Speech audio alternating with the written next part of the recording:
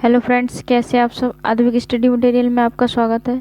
Friends, आज इस video के अंदर हम बात करेंगे जो आपका सीटेट 2024 में है, उसमें हम कुछ सेलेक्टेड क्वेश्चन लाए हैं, उनको हम एनालिसिस करेंगे जो आपके प्रीवियस एग्जाम में पूछे गए हैं। ठीक है, तो वीडियो स्टार्ट करते हैं। अगर आपने मेरे चैनल को सब्सक्राइब नहीं किया है तो सब्सक्राइब कर लेना। पहला क्वेश्चन है, निम्नलिखित में से कौन सा एक अपनी मादा को उसकी गंध से कई किलोमीटर दूर से पहचान लेता है? बाज, रेशम कीट, मच्छर, तितली। पूछा है कि कौन सा जीव है जो अपनी मादा को, किसको, अपनी मादा को कई किलोमीटर दूर से उसकी गंध से उसको पहचान लेता है। तो इसका जो आंसर होगा वो क्या होगा? रेशम। रेशम का कीट जो होता है वो अपनी मादा को कई किलोमीटर दूर से पहचान लेता है।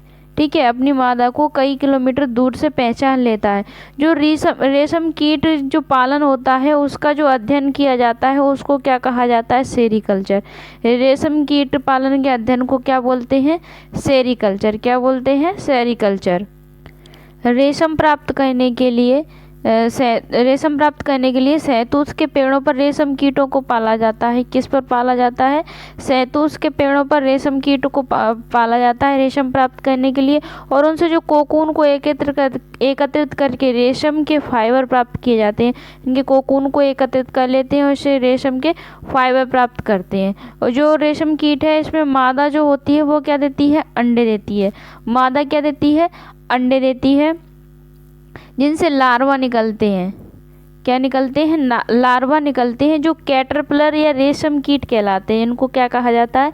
जो लार्वा निकलता है उसको क्या बोलते हैं? कैटरपिलर या फिर रेशम, कैटरपिलर बोलते हैं या फिर रेशम कीट बोलते हैं। ये आकार में बढ़ते जाते हैं जब कैटरपिलर अपने जीवन चक्र की अगली स्टेज पर पहुंचते हैं। तो क्या निकलता है? इनको क्या बोला जाता है? कि प्यूपा बोला जाता है। क्या बोला जाता है? प्यूपा बोला जाता है। ये अपने आसपास एक जाल सा बुन लेते हैं, ये अपने चारों तरफ क्या बुन लेते हैं? एक जाल सा बुन लेते हैं। तो इसका जो राइट आंसर है वो क्या हो जाएगा? ऑप्शन नंबर बी, रेशम कीट। अगला क्वेश्चन है, निम्नलिखित में से उस शहर को चुनिए जहाँ के अधिकांश लोग इलायची और बादाम डला हुआ गर्म कहवा पीना पसंद करते हैं। जो कहवा होती है ये क्या है? एक प्रकार की चाय होती है। कहवा एक प्रकार की चाय है। ठीक है, चाय क्या होती है? चाय होती है। तो ये कहाँ के लोग? शिलांग के, मैसूर के, हैदराबाद के या फिर श्रीनगर के। निम्नलिखित में से उस शहर को चुनना है जहाँ के अधिकांश लोग इलायची और बादाम डला हुआ गर्म कहवा पीना पसंद करते हैं। तो इसका जो राइट आंसर है ऑप्शन नंबर डी, श्रीनगर के लोग कहवा को पीना पसंद करते हैं। कहवा क्या होती है? एक प्रकार की चाय होती है। ठीक है, कश्मीर में मछली को सरसों के तेल में तला जाता है। किस में तला जाता है? सरसों के तेल में। श्रीनगर में, कश्मीर में मछली को, किस क्वेश्चन आया है कई बार कि कश्मीर में मछली को सरसों के तेल में तलकर खाया जाता है। और गोवा में किस में? नारियल के तेल में। गोवा में किस में? नारियल के तेल में मछली को, समुद्री मछली को तलकर खाया जाता है। ठीक है, इसमें जो ऑप्शन की बात करें, जो और ऑप्शन दिए हैं, शिलांग क्या है? शिलांग मेघालय की राजधानी है। शिलांग की बात करें तो शिलांग क्या है? मेघालय की राजधानी है। मेघालय में जो खासी जनजाति के जो लोग हैं वो क्या? मांसाहार के शौकीन होते हैं। जो मेघालय में खासी जनजाति के लोग होते हैं वो किसके शौकीन हैं? मांस खाने के शौकीन है। ये लोग सुअर और मछली खाना पसंद करते हैं। जो मेघालय के लोग हैं, ठीक है, सुअर और मछली खाना पसंद करते हैं। क्या खाना पसंद करते हैं? सुअर और मछली खाना पसंद करते हैं। हैदराबाद की बात करें तो हैदराबाद का जो मशहूर व्यंजन है वो क्या है? हैदराबादी बिरयानी। क्या है? हैदराबादी बिरयानी। ठीक है, यहाँ देखते हैं, शिलांग मेघालय की राजधानी है। मेघालय में खासी जनजाति के लोग मांसाहार के शौकीन हैं। ये लोग अक्सर सुअर और मछली खाना पसंद करते हैं। हैदराबाद का मशहूर व्यंजन का क्या है? हैदराबादी बिरयानी। अगला क्वेश्चन है, किसी व्यक्ति ने किसी राज्य के अधिकांश ग्रामीण क्षेत्रों का भ्रमण किया और वहां जिस प्रकार के घरों में लोग रहते हैं उनके ढांचे के बारे में निम्नलिखित विवरण दिया। भारी वर्षा होने के कारण यहाँ के घर ज़मीन से लगभग 10-12 फीट, कितने, ज़मीन से लगभग 10-12 फीट ऊंचाई पर मजबूत बांस के खंभों पर, किस पर, बांस के खंभों पर बने हैं। लोग घर में प्रवेश करने के लिए सीढ़ी का प्रयोग करते हैं और रात के समय सीढ़ी हटाकर रख देते हैं। यहाँ के घर अंदर से भी लकड़ी के बने हैं और उनकी जो छतें हैं वो ढालू हैं। देखिए इस प्रकार के जो घर होते हैं वो कहाँ पर होते हैं, बांस के खंभों पर बने होते हैं। ठीक है, बांस के खंभों पर इस प्रकार ये घर बने होते हैं, कितने, 10-12 फीट ऊंचे बने होते हैं। और इनके घरों की जो छतें होती हैं वो कैसी होती हैं, ढालू होती हैं। कैसी होती हैं, ढालू होती हैं। तो ये घर कहाँ के हैं, हिमाचल प्रदेश के, मिजोरम के, झारखंड के, असम के। तो इसका जो राइट आंसर है वो क्या है, असम। इस प्रकार के घर कहाँ पर बनते हैं, असम में। क्यों बांस के खंभों पर बनते हैं, क्योंकि यहाँ पर वर्षा बहुत होती है। क्या होती है, वर्षा बहुत होती है, पानी बहुत ज़्यादा भर जाता है। तो इस प्रकार के घर कहाँ पर बने होते हैं, असम में। असम में इन घरों को क्या कहा जाता है, स्टिल्ट हाउस बोला जाता है। क्या बोला जाता है, स्टिल्ट हाउस। ठीक है, इस प्रकार के घरों को। असम के बारे में और बात करें तो यहाँ पर बहुत ज़्यादा बारिश होती है। ये देख रहे हो बांस के खंभों पर बना हुआ घर है, इसकी छतें कैसी हैं, ढालू हैं। तो यहाँ पर बहुत ज़्यादा बारिश होती है। हमारे घर बांस के खंभों पर बने हुए होते हैं। असम में बांस तथा रस्सियों के पुल बनाए जाते हैं। ठीक है, जिससे निकलकर रास्ते को पार किया जाता है। यहाँ बांस को गरीबों का टिम्बर कहा जाता है। असम में बांस को क्या कहा जाता है, गरीबों का टिम्बर कहा जाता है। असम में घर 10-12 फीट ऊंचे बांस के खंभों पर बने होते हैं। लोग सीढ़ियों का प्रयोग घरों तक जाने के लिए करते हैं और रात को सीढ़ियाँ हटा लेते हैं जिससे जंगली जानवर घर में ना घुस पाएँ। ये घर अंदर से भी लकड़ी के बने होते हैं। ये बात हो गई असम के बारे में। किसके बारे में हो गई, असम के बारे में। बोरा असम में खाए जाने वाले चावल की एक किस्म है। असम में खाए जाने वाले चावल की एक किस्म है। क्या है, बोरा किस्म। बोरा किस्म कौन किसकी है, चावल की एक किस्म है जो असम में खाया जाता है। बोरा चावल मुख्य रूप से असम में गर्मी के मौसम में उगाया जाता है। यह चिपचिपा सा चावल होता है। जो बोरा चावल होता है ये चिपचिपा सा होता है थोड़ा सा। ठीक है, तो ये चिपचिपा सा चावल होता है। ये हो गई असम के बारे में बात। ठीक है, अगला क्वेश्चन है, वह राज्य जहाँ तोरंग का अर्थ जंगल है कौन सा है। तोरंग का अर्थ जंगल है, वो उस राज्य को बताना है जहाँ पर जंगल को तोरंग बोलते हैं। तोरंग शब्द का अर्थ जंगल है। मिजोरम है, झारखंड है, अरुणाचल प्रदेश है या फिर छत्तीसगढ़ है। तो फ्रेंड्स इसका जो राइट आंसर है वो क्या है, बी, झारखंड में। झारखंड में तोरंग को क्या बोलते हैं, जंगल। ये किस भाषा का है, कुड़ुक भाषा का। किसका है, कुड़ुक भाषा का है। कुड़ुक भाषा किसका है, कुड़ुक भाषा का। कुड़ुक भाषा झारखंड के आदिवासियों द्वारा बोली जाती है। झारखंड के जो आदिवासी हैं उनके द्वारा ये कुड़ुक भाषा बोली जाती है। ठीक है, तो इसका जो राइट आंसर है ऑप्शन नंबर बी है। अगला क्वेश्चन है, कल्पना कीजिए कि आप एक उद्यान पार्क में हैं और भूकंप आ गया है। आप सुरक्षा की कौन सी युक्तियां अपनाएंगे। आप कल्पना करना कि आप उद्यान पार्क में हैं और वहां उस जगह भूकंप आ गया है, तो आप कौन सी सुरक्षा की युक्तियां अपनाएंगे। इमारतों से दूर खुले में रहेंगे या फिर निकटतम इमारत में भाग जाएंगे या फिर निकटतम वृक्ष के नीचे खड़े हो जाइए या फिर निकलकर भागते हुए निकटतम सड़क पर जाएंगे। देखिए अचानक से अगर आप उद्यान पार्क में हैं और वहाँ पर आप खड़े हैं और भूकंप आ जाता है तो आपको क्या करना है, इमारतों से दूर खुले में रहना है, ना तो निकटतम इमारत से भाग जाइए, इमारत में जाना है, ना तो निकट वृक्ष के नीचे खड़े होना है, ना निकट पार्क से निकलकर भागते हुए सड़क पर जाना है। क्या करना है कि इमारत से दूर खुले में रहना है। तो इसका जो राइट आंसर है क्या हो जाएगा, ऑप्शन नंबर ए। सिस्मोलॉजी क्या होती है, जिसमें भूकंप का अध्ययन किया जाता है। भूकंप का जो अध्ययन किया जाता है उसको क्या कहा जाता है, सिस्मोलॉजी। क्या बोला जाता है, सिस्मोलॉजी। भूकंप के अध्ययन को क्या बोला जाता है, सिस्मोलॉजी बोला जाता है। जो भूकंप की तीव्रता, भूकंप की जो तीव्रता मापते हैं, जिस भूकंप की तीव्रता का पता लगाते हैं उसमें किसका प्रयोग किया जाता है, सिस्मोग्राफ का।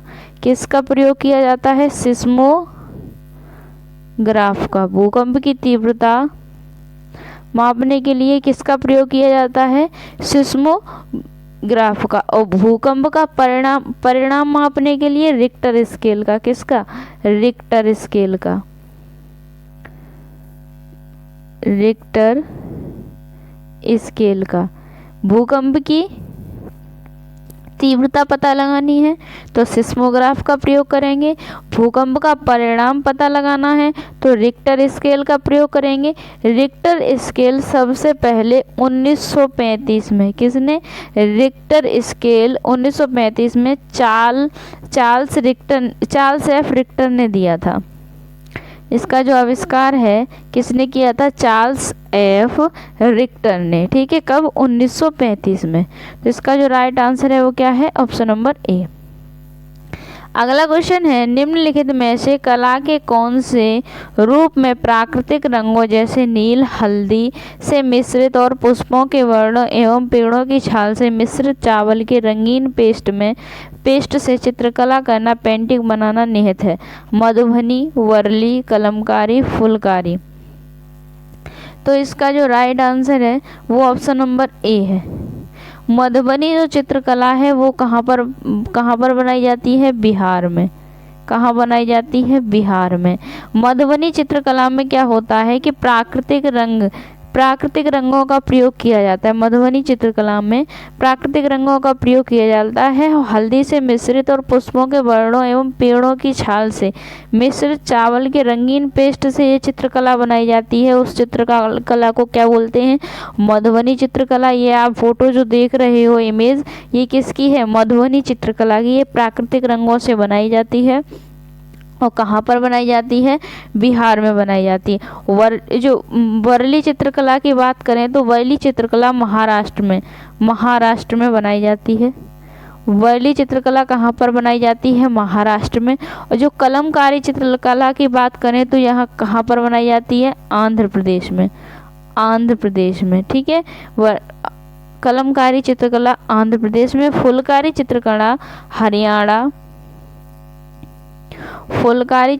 हरियाणा और पंजाब के क्षेत्रों में। ठीक है, पंजाबी क्षेत्रों में। ठीक है, ये हो गई चित्रकला के बारे में बात। अगला क्वेश्चन देखते हैं, निम्नलिखित में से कौन सा जीव सांप, सर्प, कछुए और गिरगिट के निकटतम संबंधी है।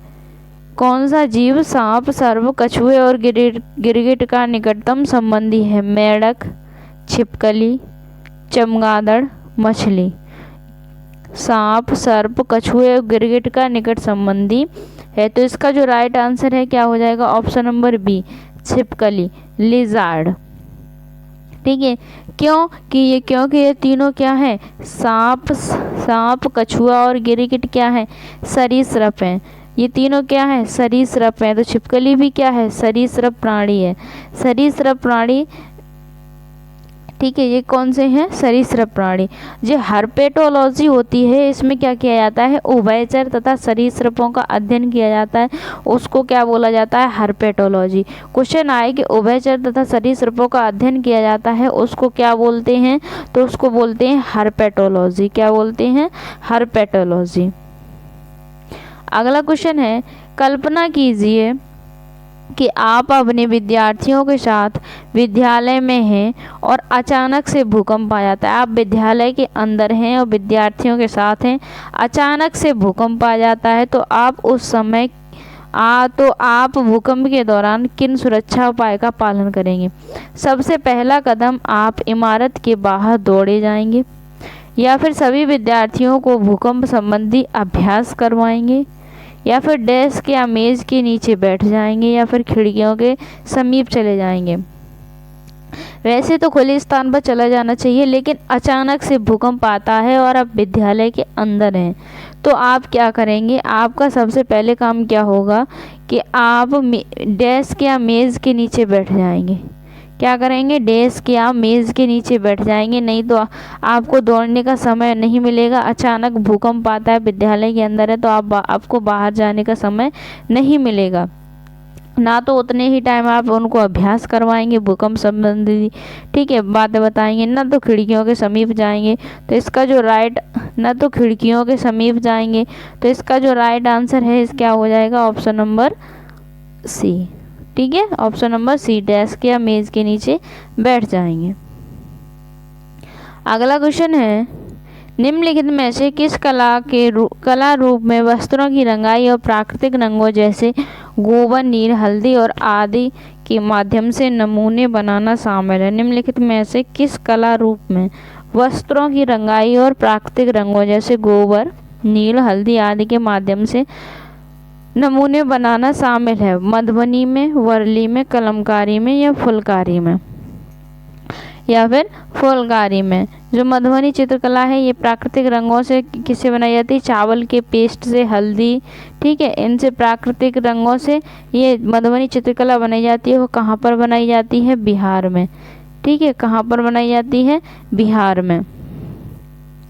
और जो वर्ली चित्रकला है ये बता दी थी कहाँ बनाई जाती है? महाराष्ट्र में। अब आते हैं कलमकारी चित्रकला है, कहाँ बनाई जाती है? आंध्र प्रदेश में। ये कलमकारी जो चित्रकला है वो आंध्र प्रदेश में बनाई जाती है। ये सूती कपड़ों, किस पर? सूती कपड़ों पर, सूती कपड़ों पर रंगीन ब्लॉक की सहायता से बनाई जाती है। इसमें क्या पूछा है कि किस कला में वस्त्रों की रंगाई और प्राकृतिक रंग, ठीक है, तो वस्त्रों की रंगाई है ये क्या है? वो कलमकारी चित्रकला में सूती कपड़ों पर रंगीन ब्लॉक की सहायता से बनाई जाती है। और कहाँ पर बनाई जाती है? किस राज्य में? तो आंध्र प्रदेश में। किस में? आंध्र प्रदेश में।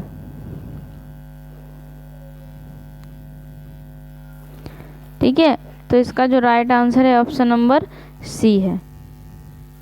अगला क्वेश्चन है, हिमानी पानी की खाली बोतलों में पानी, तेल, पेंट आदि का भंडारण करती है। वह इस्तेमाल की गई बोतलों में सुंदर पौधे रोपकर कक्षा की दीवारों को सजाती है। वह क्या कर रही है? पुनः चक्रण, लघु चरण, या फिर पुनः प्रयोग में लाना, या फिर उत्करण। देखो हिमानी क्या करती है कि पानी की जो खाली बोतल हैं उनमें पानी, तेल, पेंट आदि का भंडारण करती है।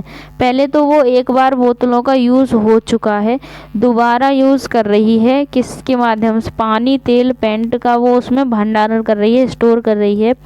वह इस्तेमाल की गई बोतलों को सुंदर पौधे रोपकर कक्षा की दीवारों को सजाती है। तो वो उनको क्या कर रही है? रीयूज़ कर रही है। दोबारा से क्या कर रही है? उनको रीयूज़ कर रही है। पहले वो एक बार यूज़ हो चुकी हैं, ठीक है, फिर उसके बाद दोबारा फिर उन्हीं बोतलों का वो प्रयोग कर रही है। तो इसका जो राइट आंसर क्या हो जाएगा? पुनः प्रयोग में लाना।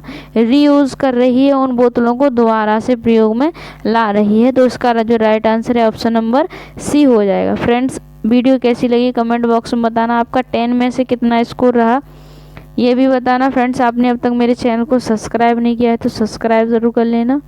Thank you for watching.